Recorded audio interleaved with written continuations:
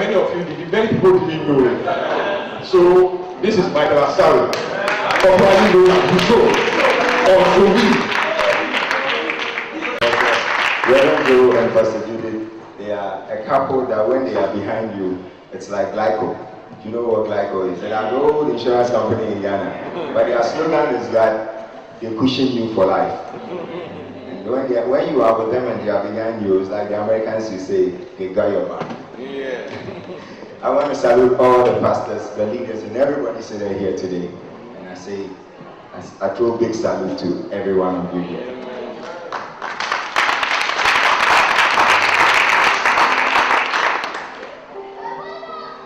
When I was at a university in Ghana on my second year, one day I was working with a friend, and as we were working, we met this man. He was a student as well, a mature student, who was physically challenged. But, you know, challenges have levels. I would say I was better than him. So, but then, that was just on a light note. And the man, I never knew we had a disabled association at the school. And so the man met me and said, oh, there's a disabled association at the school. I've never seen you there before. We have a meeting today. Try and make sure you come. It is very, very important. So when the man had finished speaking, I said, oh, thank you very much. But you know what? Despite my challenges, I'm not disabled. Do I look disabled? No, I don't. But the man couldn't take it. The man couldn't take the joke. Neither could he take what I said. And he was really furious, he was angry, he was offended. And the more he got offended, the more my friend also started laughing, which made the matters worse. But to cut a long story short, I was curious and I attended the meeting anyway. Because apparently they were being given money for. And the money was as a result of your severity of your disability. So that was where I realized that people could actually, even though they are not blind, they could say that they have two people as blind and because they measure it by the severity. But then that makes what I call the beauty of disability. You know, sometimes you find humor and you find good things in disability. But when I went there, I realized that I didn't really belong there. Like I told them, and I wasn't.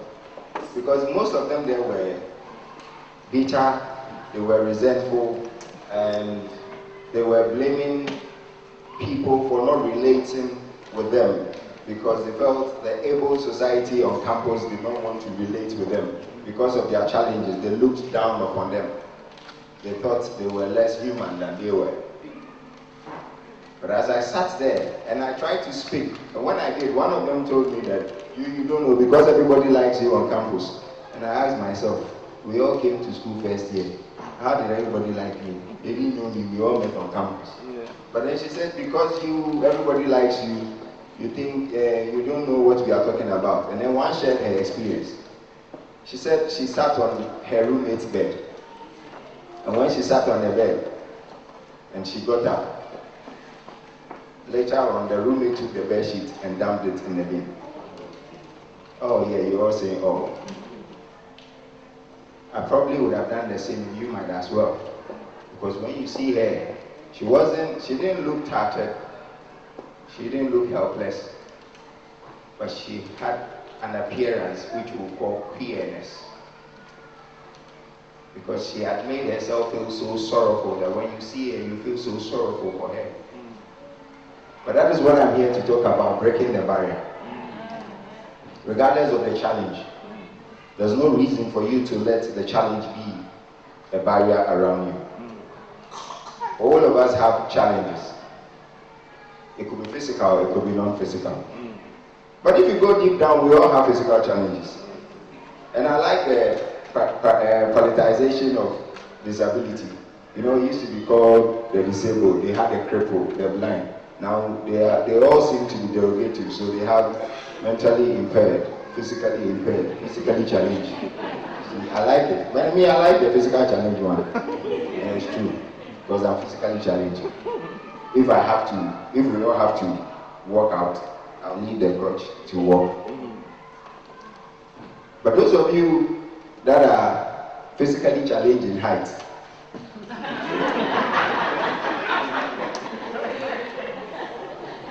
Have you thought of that?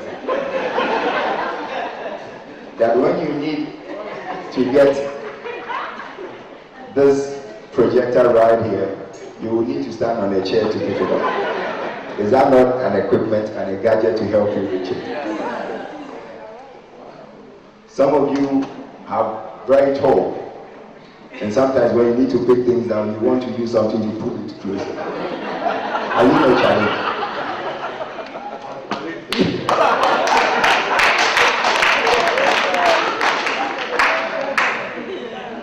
That is how we need to see ourselves. We are all one way or the other challenged. So there's no reason to pity yourself. Neither is there a reason for someone else to pity you. But most of us sitting here might not have a physical challenge or disability, but you might have a loved one or a friend who have one. But the thing is, most of the time, people with physical challenges or disability, they feel so resentful. And then the so-called able sometimes also want to reach out to them, but for the fear of that they might say the wrong things around you or us, then they assume that, oh no, I don't want to get close because I might hurt your feelings. But the thing is, if you know anybody like that, tell the person to reach out first. And that is what helped me, and that is what has helped me all my life. And when I used to help in Sunday school, I had very fascinating and interesting stories. One day, one of the little ones asked me, Uncle Mike, what happened to you? Just before I was going to try and answer, someone said, oh, I know. My mom said he had a car accident. Another one said, my mom said he fell from a tree. And then I was like, wow, all sorts of theories. But none of them. I was born healthy and whole. At the age of 6, I suffered a paralysis. By God's grace, I gained my strength through prayer. Again, I suffered another paralysis. And through prayers, I asked my mother one day, that is it true that Jesus answers the prayers of little children? Because I saw, she was carrying me to the hospital and I was behind her. And I saw my friends who were playing football that I used to play with. And now I couldn't play and they were making fun and saying, big boy like you, why are you still behind your mom? Get her and let's play.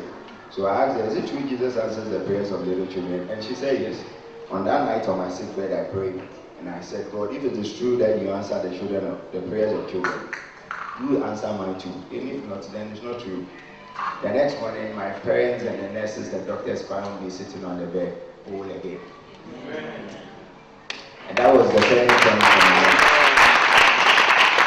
At the time, my mother used to go to church, only a church goer. When she had a new clothes, she wants to go and show off. But from that day, she realized that there was something called power through prayer. And she became a prayer warrior from that day. Even she used to sell cigarettes on large quantities that people used to come and get them, buy on wholesale from her, which was a lot of money because she was rich then. But she had to let go of all that because she felt that she needed to be close to God. And from that day, I realized that there was something called miracle and the power of God. And from then on, even though I got my strength back, I lost some strength in my muscles, my lower legs. So I started walking in a way that my nieces will always call Uncle Mike's wiggly legs, because they found me wobbling when I was walking. But then I love children, because when children are around you, when I go to new places and there are children there, they will come straight to you and ask you, what is wrong with you? Which was better off than the adults. They stare at you. And they look at you. And you know, even women, when you are walking and a group of guys are watching you, your steps change. How much more a physically challenged person wobbling and all eyes on you? Before you know it, they're falling down, you are falling down. And that is what most of us do. It is good to be curious, but as you watch people, don't stare and watch them and make them feel uncomfortable. You can take a peek, we all do, and analyze the situation in your head. Let them feel at home. Let a person feel that that person is somebody. There is no need having self-pity. You see, most of the time, people see me, especially when I was growing up in Ghana, and there was this phrase I hated the most. I resented it with passion. I like to say it in the local languages, then I'll translate it. In Chi or in Fanti, they will say, "Akwa we don't soon home obokra." In Ghana, they will say, "Hey, moboko." But in fact, the English says he has no pity for him. He doesn't pity himself. And that is what most of the time society expects of us when we are in challenges.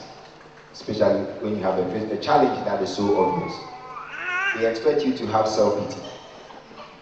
But when you have self-pity, what happens? It drains you down. It takes you away from achieving what God has planned for you or what you have in you, the potential in you. But if you can go beyond self-pity,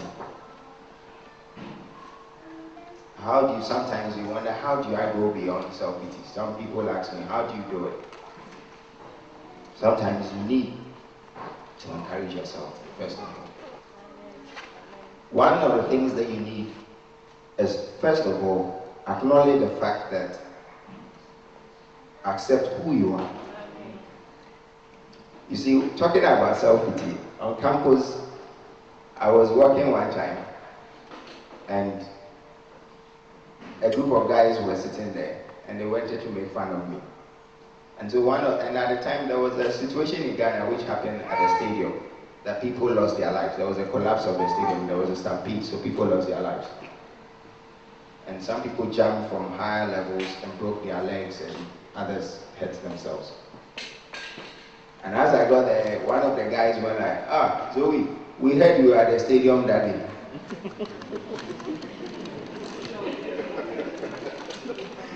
And then I looked, I said, oh yeah, and I was there. But he that is down this fear no fall. I didn't have to worry about my legs, so I jumped.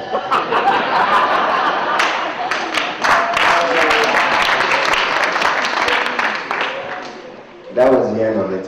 What they wanted to do, that was derogatory. They wanted to make fun. But then, somebody might take that and dwell on it. You don't need to dwell on that. Instead of dwelling on that, let it go. Have faith and just let it go. It is difficult to let go sometimes.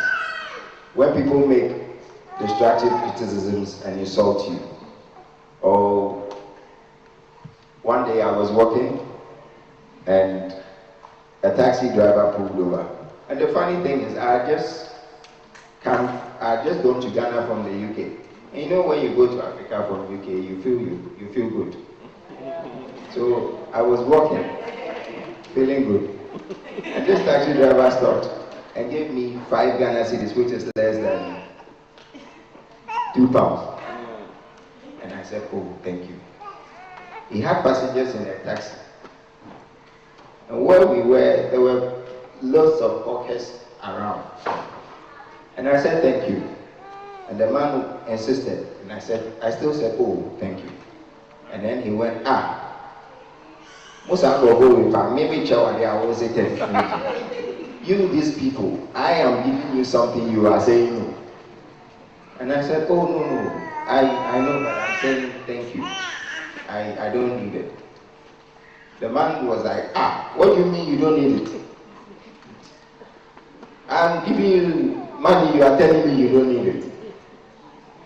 That is the perception of most people, especially in Africa, that every challenged person is a beggar. Why do you think they think so? Is it not because when people have children who are physically challenged, or have loved ones who are physically challenged, instead of giving them the best education or giving them the best to independence, so they'll be independent of themselves. Because of what society will say, because of what society talks about, how society is going to see them. Instead, they keep them at home, hide them. And what happens? No sooner than later, the guardian or the parent becomes incapacitated and can't take care of the child anymore. The family won't be able to do that. The next thing will be on the streets to beg for arms. But if we can all put our loved ones, give them the best potentials, give them the best so that their potentials will come out, they will do better off.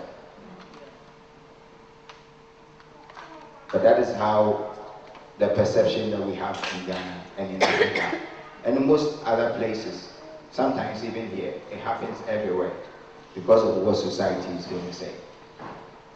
But I have come a long way from all that because it's not easy. But until the last 2 years, I talk about people with physically challenging, resentful and bitter and worried about what people think about.